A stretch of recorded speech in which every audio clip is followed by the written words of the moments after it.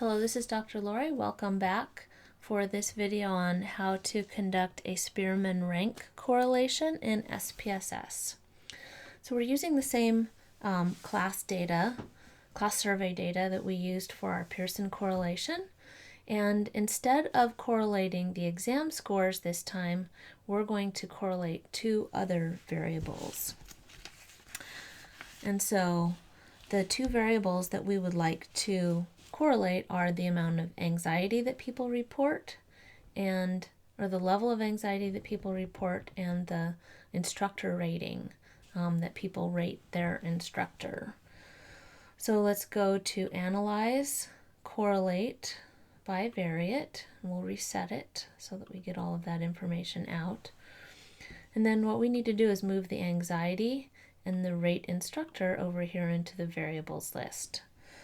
Instead of using Pearson, we're going to switch over to Spearman's row and keep the remainder of these as they are, and then we will click on OK.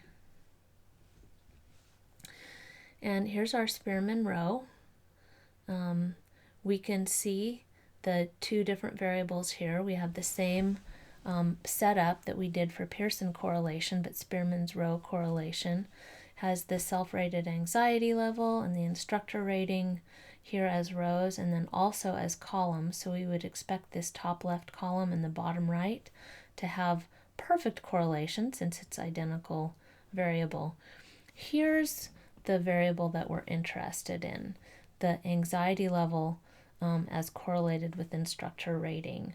And we can see based on the correlation coefficient, which is quite small, it's less than 0.1, and the corollary p-value, which is greater than 0.05, that there does not appear to be a relationship between those two variables, between self-rated anxiety level and instructor rating.